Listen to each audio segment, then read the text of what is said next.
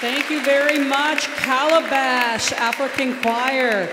Y'all were so great. So we're going to start with our gathering song. Now that you all are warmed up, you get to sing.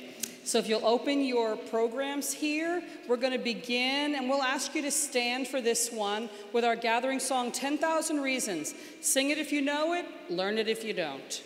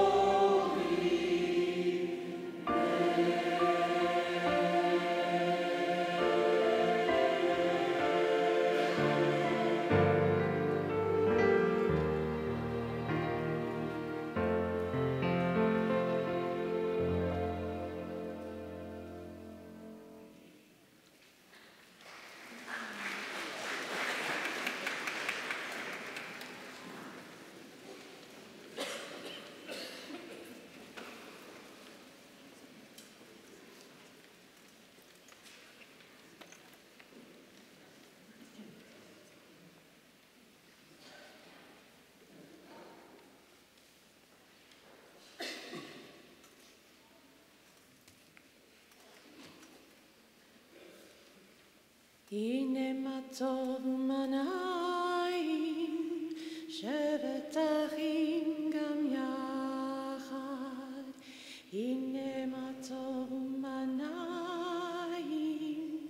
שבת אחים גם יחד. הנה מה טוב, שבת אחים גם יחד. הנה מה טוב, שבת אחים גם יחד. הנה מה טוב ומנעים, שבת אחים גם יחד. הנה מה טוב ומנעים,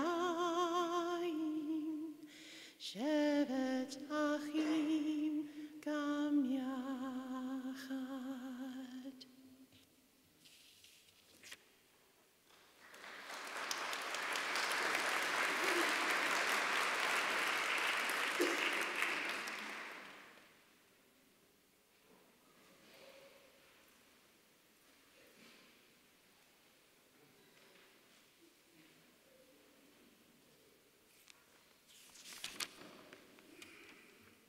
Good evening to everyone. I'm Reverend John Cahoon, pastor here at St. Angela Merici Catholic Church, and on behalf of our church family, I wish to extend a very warm welcome to all of you this evening for the Fort Bend Interfaith Community Service, United in Gratitude. Indeed, it is a wonderful symbol of unity to have so many different faiths gathered here to offer thanksgiving. Unity is indeed a shield against those who offer only words or actions of intolerance. May what we celebrate this evening remind us that we are more alike than different, and we are stronger together than separate. And so we ask your blessings upon us, O God, as we give you thanks for all that you have bestowed upon us.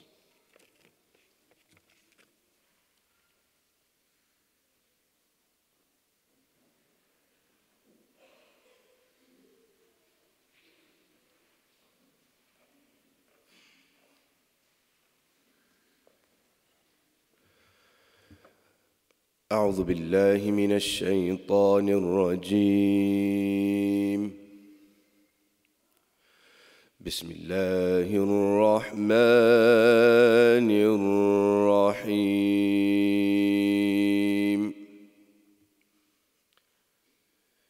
يا أيها الناس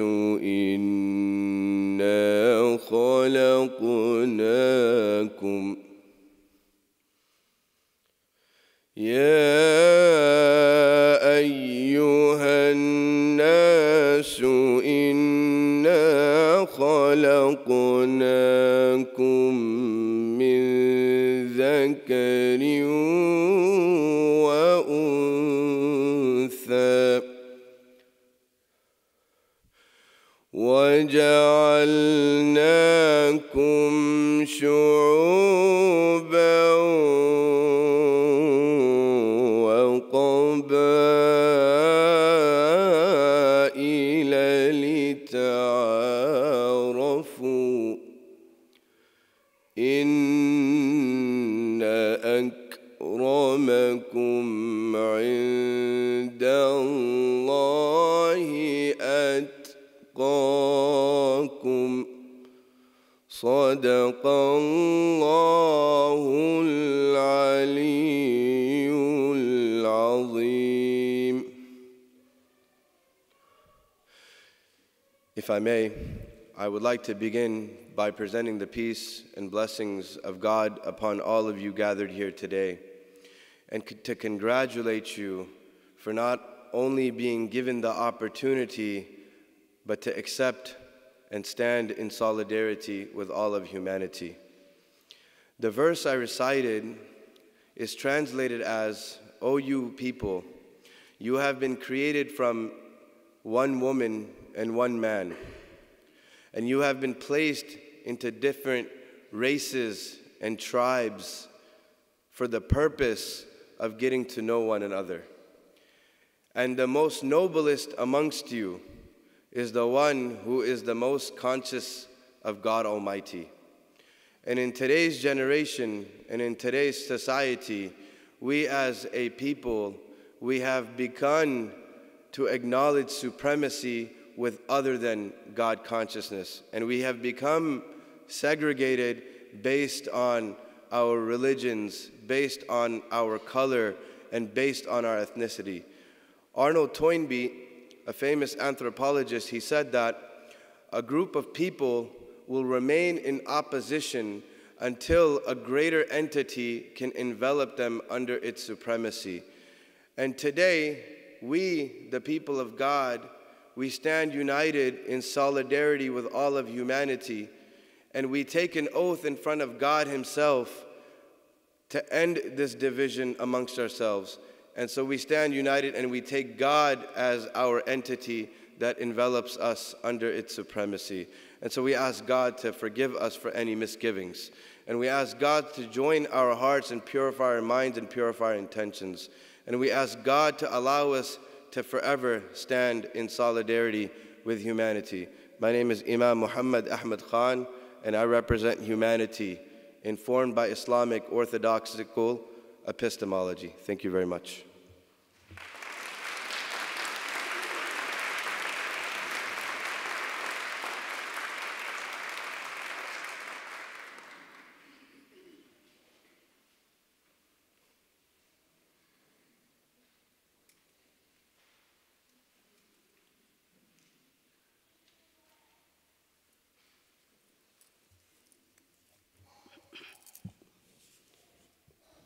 This is a Sanskrit language, a verse. Om asato ma sadgamaya tamaso ma jyotirgamaya mrityor ma mritangamaya. Om Shanti, Shanti, Shanti. The meaning is, O Lord, let us together be protected and let us together be nourished by God's blessings. Let us together join our mental forces in strength for the benefit of humanity.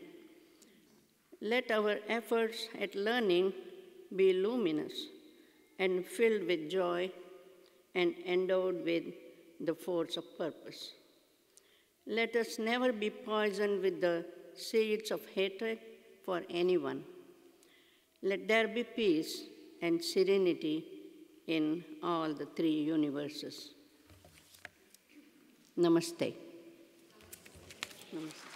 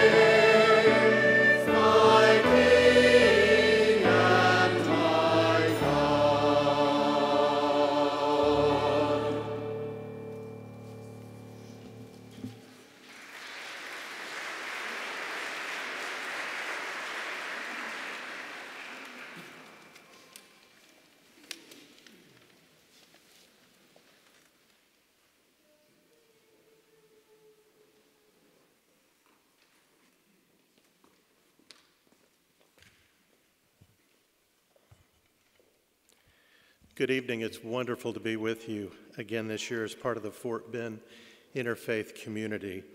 The following are excerpts from the words of President Thomas S. Monson, the previous prophet of the Church of Jesus Christ of Latter-day Saints. I quote, "Gratitude is a divine principle. The Lord declared through revelation, 'Thou shalt thank the Lord thy God in all things.' And in nothing doth man offend God, or against none is his wrath kindled, save those who confess not his hand in all things." In the Book of Mormon, we are told to live in the thanksgiving daily for the many mercies and blessings which God doth bestow upon you. Regardless of our circumstances, each of us has much for which to be grateful if we will but pause and contemplate our blessings. Our lives are blessed in countless ways. If ingratitude be numbered among the serious sins, then gratitude takes its place among the noblest of virtues. Someone has said that gratitude is not only the greatest of virtues, but the parent of all others. The things which provide deep and lasting happiness and gratitude are the things which money cannot buy. Our families, good friends, our health, our abilities, the love we receive from those around us." Close quote. To each of you, have a wonderful Thanksgiving and happy holidays to you all.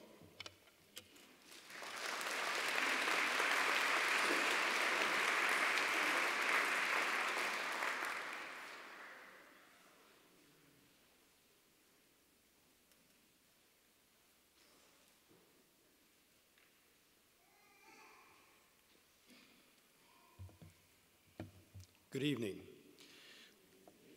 This evening we thought we would share a poem from the leading theologian of Unitarian Universalist thought in the 21st century, my colleague, my teacher, my friend, the Reverend Dr. Rebecca Parker. Lindy Cohn and I will alternate the reading. The title is "Choose to Bless the World," in appreciation of the gifts that we have received. Your gifts, whatever you discover them to be, can be used to bless or curse the world.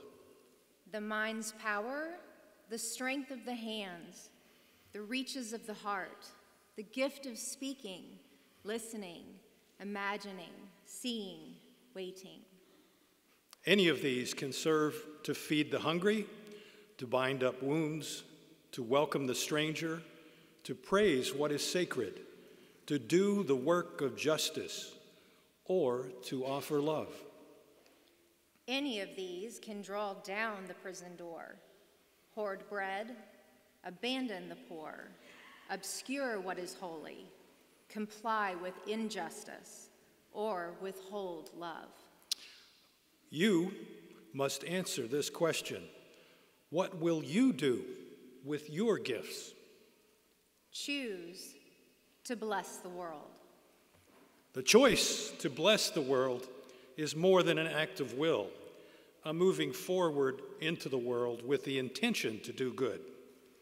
It is an act of recognition, a confession of surprise, a grateful acknowledgement that in the midst of a broken world, unspeakable beauty, grace, and mystery abide. There is an embrace of kindness that encompasses all life, even yours. And while there is injustice, anesthetation, or evil, there moves a holy disturbance, a benevolent rage, a revolutionary love, protesting, urging, insisting, that which is sacred will not be defiled. Those who bless the world live their lives as a gesture of thanks for this beauty and this rage. The choice to bless the world can take you into solitude, to search for the sources of the power and grace, native wisdom, healing, and liberation. More, the choice will draw you into community, the endeavor shared, the heritage passed on, the companionship of struggle, the importance of keeping faith.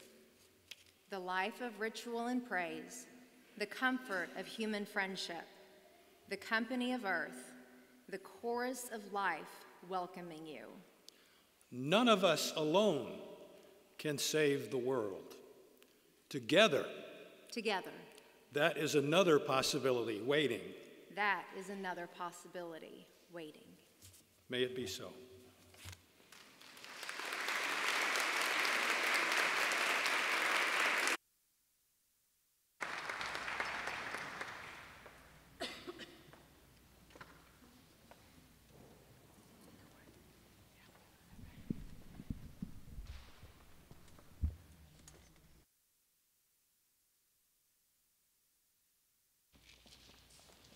It looks like it's going to take us a minute to get in our places, so I'll just take this moment to say that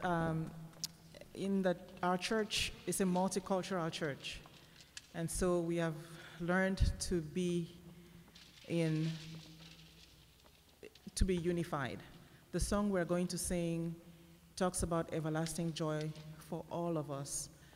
Our pastor used to say that in our church, as we're multicultural, look around you, and if you don't like what you see, then you're going to be really miserable in heaven, because that's what it's going to look like.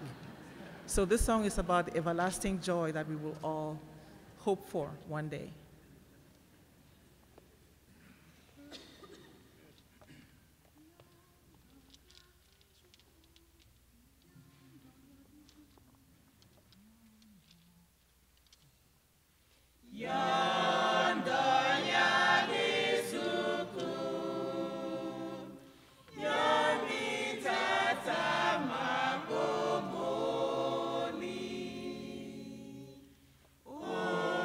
Only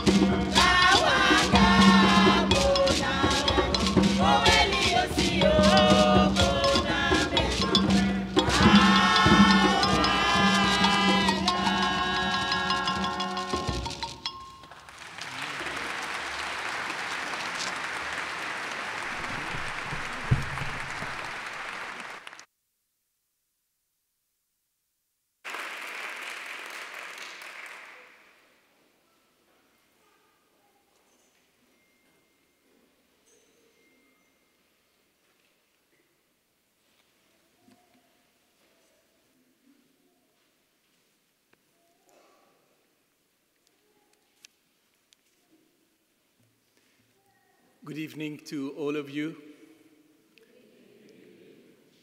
With so much joy that we just had, I'm pretty sure heaven will be heavenly when there is so much songs of praise and so much joy and happiness. Otherwise, I think it's going to be a terribly boring place, but just a personal observation. I bring with me the greetings and love of the Baha'i community of Fort Bend to this wonderful gathering, celebrating one of the most significant feasts of the nation.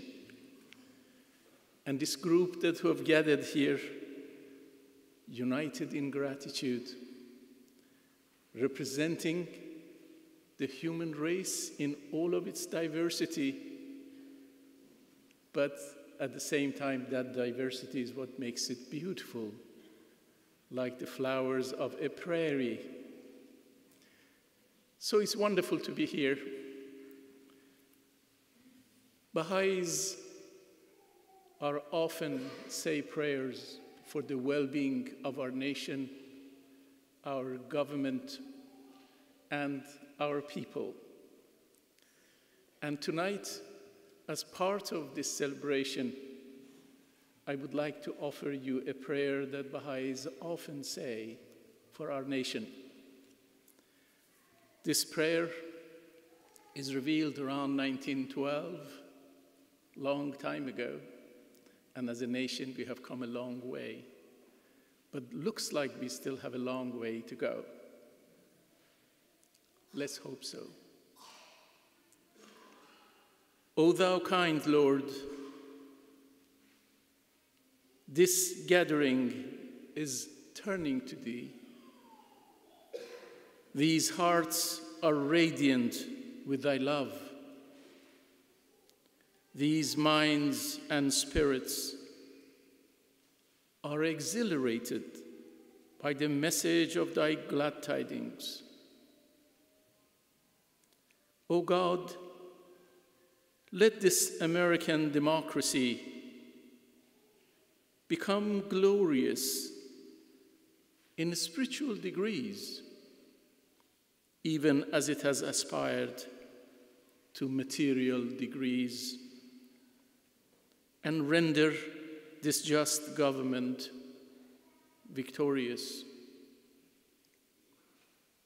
Confirm this revered nation to upraise the standard of the oneness of humanity, to promulgate the most great peace, to become thereby most glorious and praiseworthy amongst the nations of the world. O God, this American nation is worthy of thy favor and is deserving of thy mercy. Make it precious and near to thee through thy bounty and bestowals. Abdul Baha.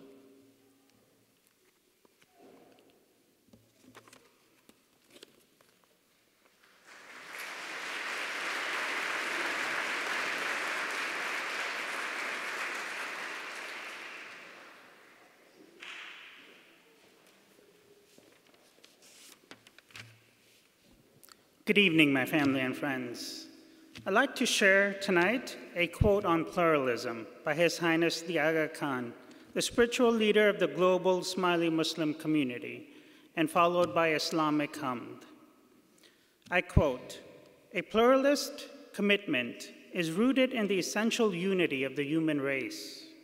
In an increasingly cosmopolitan world, it is essential that we live by a cosmopolitan ethic, one that addresses the age-old balance of the particular and the universal, to honor both human rights and social responsibility, to advance personal freedom and accept human responsibility. It is in this spirit that we can nurture bonds of confidence across different people and unique individuals, welcoming the growing diversity of our world, even in matters of faith, as a gift of divine. Difference in this context can become an opportunity, not a threat, a blessing rather than a burden, end quote. On behalf of the Smiley Muslim community, I thank all of you for extending this arm of unity, and we wish you a happy Thanksgiving.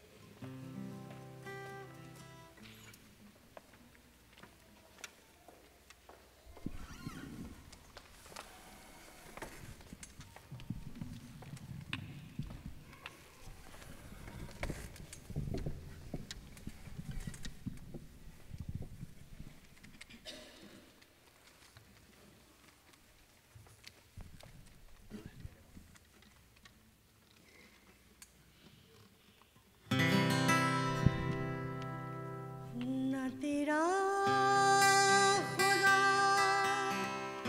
कोई और है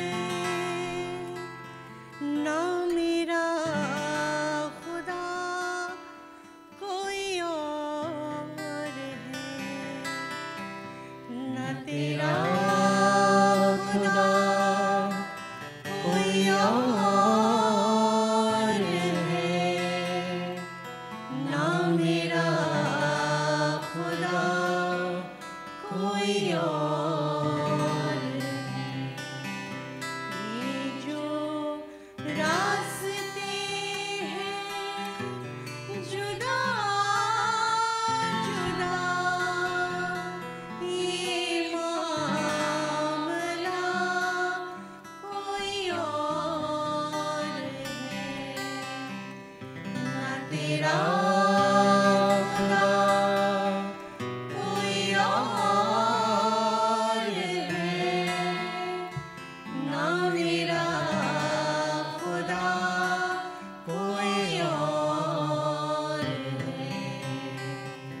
क्यों नहीं देखता इस जहान में हर शैला महदूद है जब उठी निगाह तो झुक गई ये मामला कुछ और है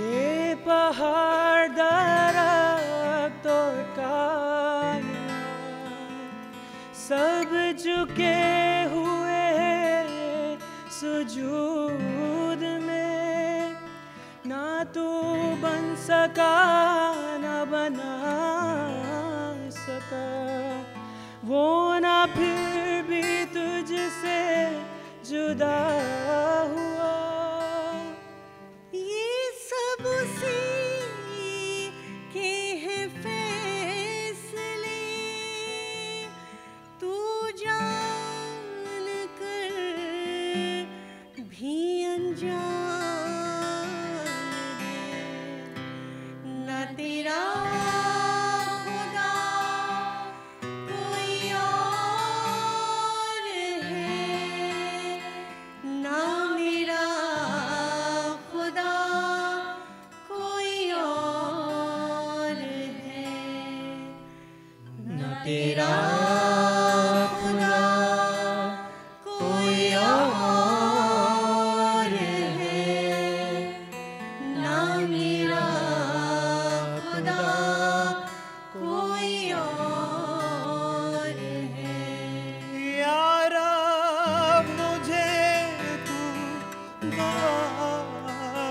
दे यारा मुझे तू बख्श दे यारा मुझे तू बख्श दे यारा मुझे तू बख्श दे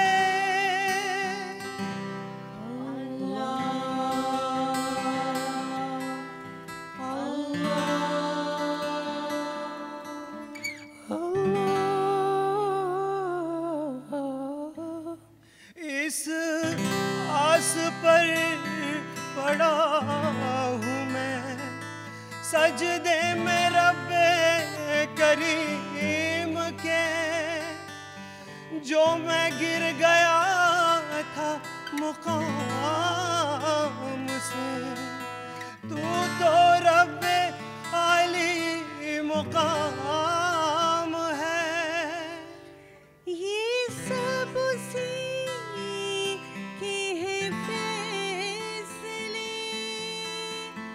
तू जान कर भी अनजान है न तेरा खुदा कोई और है न मेरा खुदा कोई और है न तेरा खुदा कोई और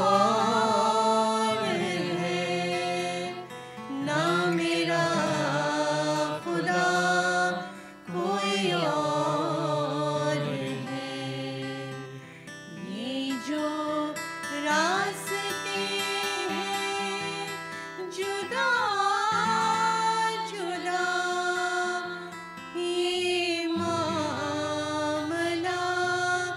कोई और है न तेरा खुदा कोई और है न मेरा खुदा कोई और है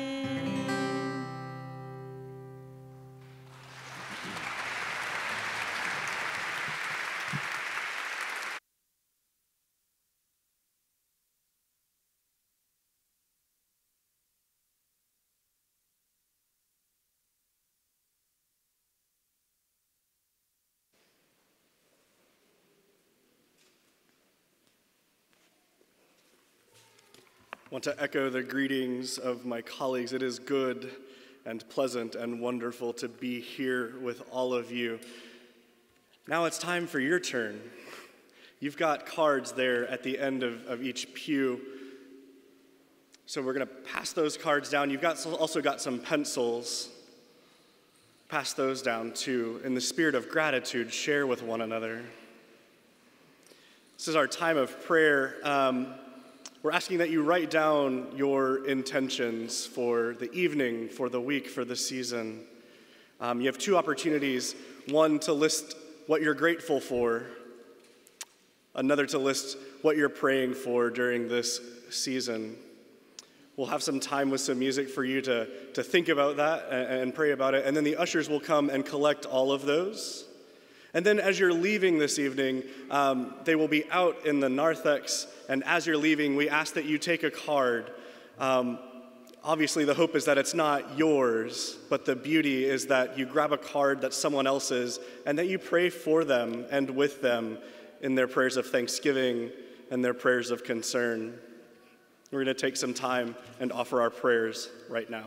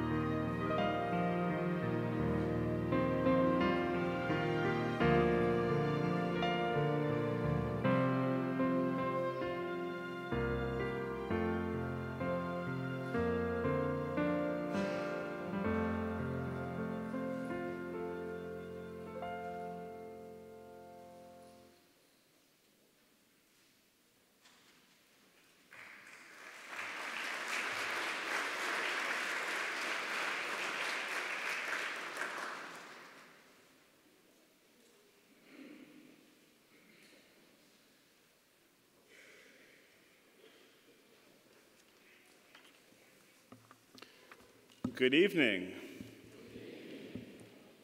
What a blessing it is for us all to be gathered together. Our hearts overflowing with gratitude, we together pray responsively our litany of thanksgiving.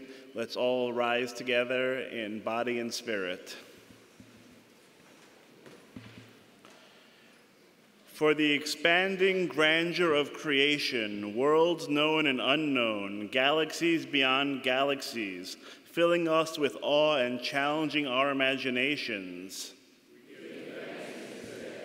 For this fragile planet Earth, its times and tides, its sunsets and seasons. For the joy of human life, its wonders and surprises, its hopes and achievements. For our human community, our common past and future hope, our oneness transcending all separation, our capacity to work for peace and justice in the midst of hostility and oppression. For high hopes and noble causes, for faith without fanaticism, for understanding of views not shared. For all who have labored and suffered for a fairer world, who have lived so that others might live in dignity and freedom. For human liberty and sacred rights, for the opportunity to change and grow, to affirm and choose. We pray that we may live not by our fears, but by our hopes, not by our words, but by our deeds. Blessed are you, God of all humankind. We are seated.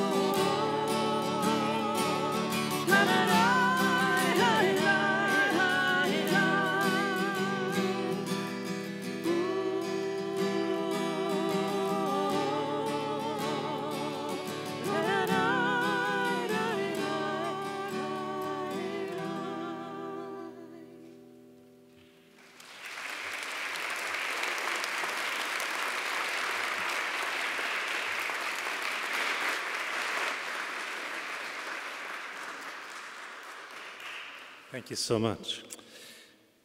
On behalf of the Fort Bend Interfaith community, we give thanks to this congregation, Father Cahoon, for hosting this fourth annual service. Grateful for all those who have sung and brought us so much joy from that. Happy to have our member of Congress who serves all of us, Pete Olson, here tonight. And I'm grateful for my fellow clergy. As we gathered in the sacristy and were, some of us putting on our costumes, Rabbi Josh suggested we looked so good we ought to make a Clergy of Fort Bend calendar. But we decided we couldn't afford all the refunds we'd have to give if we did that. So here we are, and all in all, it's just about the most perfect holiday there is, I think. To the average American couch potato, at least, Thanksgiving's very simple. You get up, you watch a parade on TV, you maybe go outside and toss the football around for a while, and then you come back in and you eat a dinner with approximately 1 week's worth of your daily allowance of calories all at once. Now, I understand somebody has to fix that dinner and likewise clean up after it, or at the very least, drive over to Luby's and have it there. I don't want to diminish the significance of those tasks. But at least at Thanksgiving, there's none of those other kinds of things which mar so many other holidays. People don't usually send Thanksgiving cards, for instance, all the efforts of Hallmark notwithstanding. You don't have to make a round of Thanksgiving parties or go out and buy Thanksgiving presents for other people, Thanksgiving ties or Thanksgiving toasters or even little ornaments for a Thanksgiving tree. Likewise, though there is some beautiful sacred music for this occasion, there is not yet a corresponding secular song list. So you never have to worry about hearing Pilgrim Wonderland or Little Drumstick Boy played over and over again in the mall. Okay, maybe do the mashed potato, but you know. But all you do really is get up, sit back down, eat too much, and then retreat to join 322 million other of our countrymen, most of whom are desperately in need of exercise, watching 22 guys on a football field who are desperately in need of rest. Now, some folks will take Thursday as a day to get ready for the other full contact sport known as Black Friday. Visiting our children and our grandchildren who live in England last Thanksgiving, I discovered they even have Black Friday there. They don't have Thanksgiving, but they have Black Friday. And it is so infiltrated even that otherwise staid English culture that our 4-year-old grandson, who has a little English accent that just baffles us, came bounding into our room last year, jumped on the bed and cried, get up, it's Black Friday, toys are flying off the shelves. Prices are little. Somehow, in all of the hoopla and confusion, I have a feeling we've missed something when it comes to Thanksgiving. When those first migrants, the pilgrims, came uninvited to these shores, just saying, it's clear that there was a real dependence upon God in those colonies on the eastern seaboard. In this strange new wilderness, there really was nobody else to turn to, was there? William Bradford, who became the governor of the colony, Plymouth, summed it up this way in his journal about the first English settlement here. He noted that of the 100-plus persons who came over in the Mayflower in 1620, that the greatest half of them died in the general mortality, he said, within 2 or 3 months of arriving in Massachusetts. By November 1621, only 53 pilgrims were alive to celebrate that harvest that became known as the first Thanksgiving. Of that number, only 4 were women. If some of you think you're a little overworked on this Thursday, just imagine that. The words of the great Christian hymn of this season express it well, I think. Come, ye thankful people, come. Raise the joy of harvest home. All is safely gathered in ere the winter storms begin. God our Maker doth provide for our wants to be supplied. Come to God's own temple, come. Raise the song of harvest home. Again, the all too literal truth was that if God did not provide, if the crops failed, there was no food. There was no grocery store, no HEB, Hebrews eating bread. There was no backup plan. They were completely dependent upon God's mercy and providence. So when those first pilgrims sat down for that fabled Thanksgiving meal with the Indians who had befriended them and saved them, they had a genuine reason to give thanks. They remembered that it was God who had done it all for them. And having an attitude of gratitude like that really does change our lives.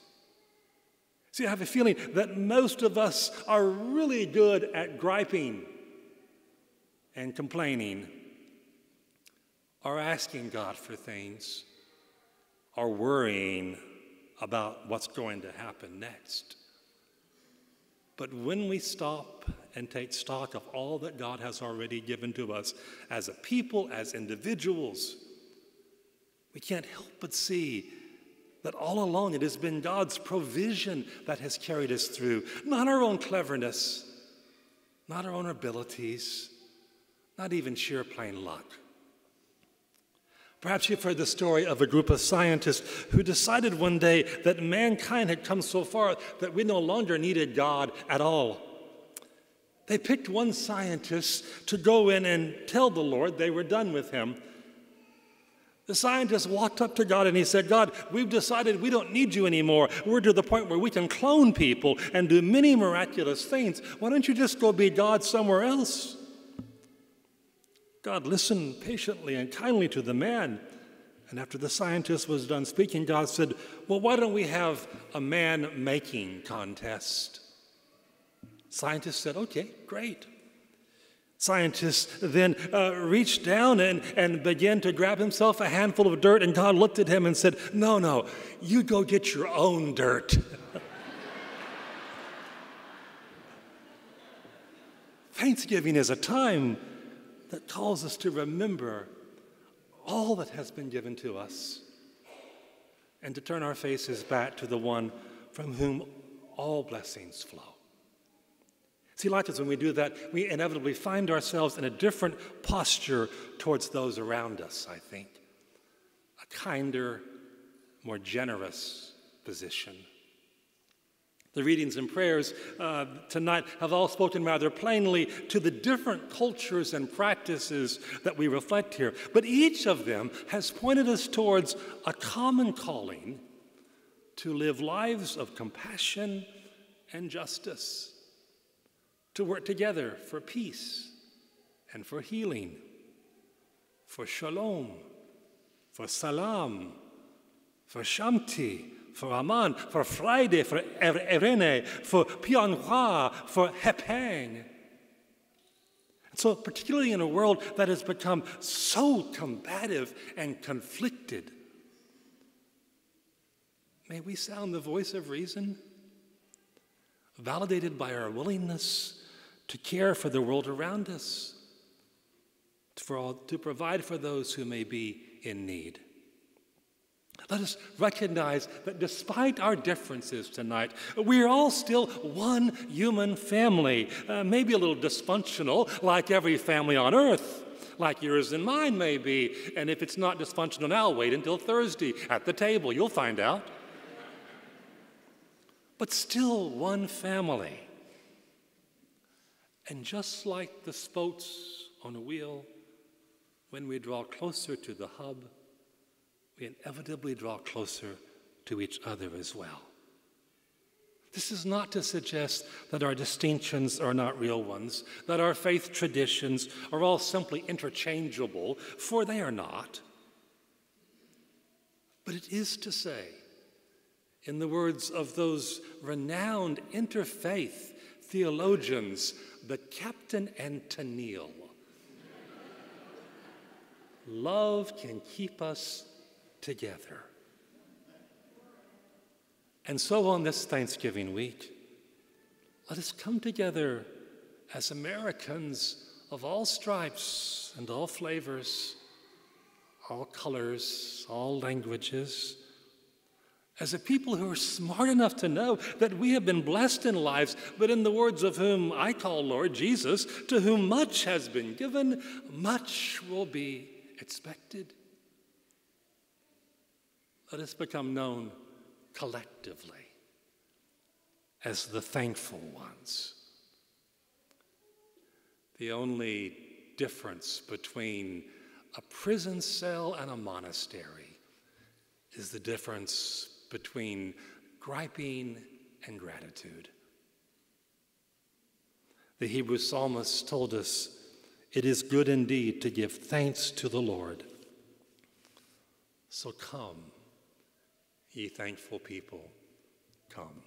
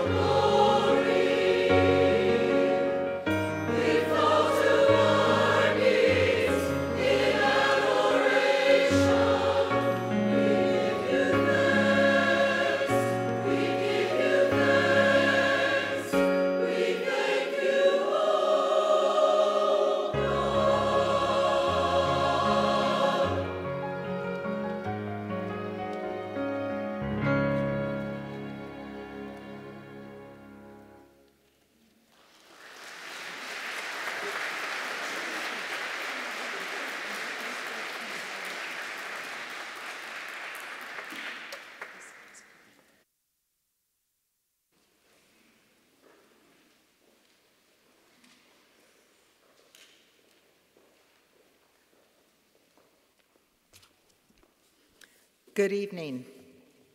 My name is Margaret Myers, and I'm the parish administrator here at St. Angela Merici. On behalf of Father John and the parish of St. Angela Merici, we would like to thank each and every one of you for your attendance here tonight. What a blessing this is to have all these different faith communities of Fort Bend County here together this evening. Please take a prayer card request out of the basket as you leave this evening and include it in your prayers over this Thanksgiving season. Also, as I'm sure we're all aware, there have been several massive recalls on defective airbags from many different automobile manufacturers recently. In our busy lives, if you are like me, I'm sure you've had good intentions to check and see if yours was included, but just never got around to it. Tonight we've had a company here, well, it's a group from an airbag recall. They have inspected every vehicle in the parking lot. If your car is included, you will have a small tag on the windshield.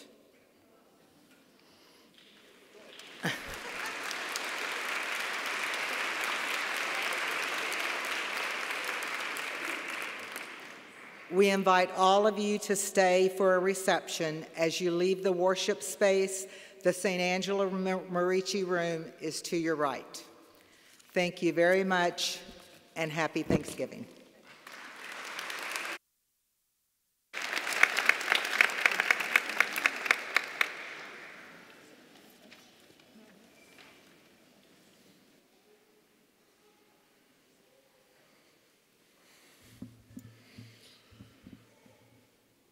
Beloved, what a joy to be here. As you go out from this place, my prayer for you is that you go out changed from the way you came in. May you take something with you tonight that you didn't have when you walked through those doors, and may you take it and share it with the world. Beloved, may the source of all love fill your hearts with love. May the source of all peace stretch your hands out to your neighbor in peace. May the source of all hope move your feet toward your neighbor in need. May the grace, mercy, and peace of the Creator of the universe guide you and guard you in the days to come. And may God fill your spirit with a sense of gratitude that changes you and that changes the world. Amen.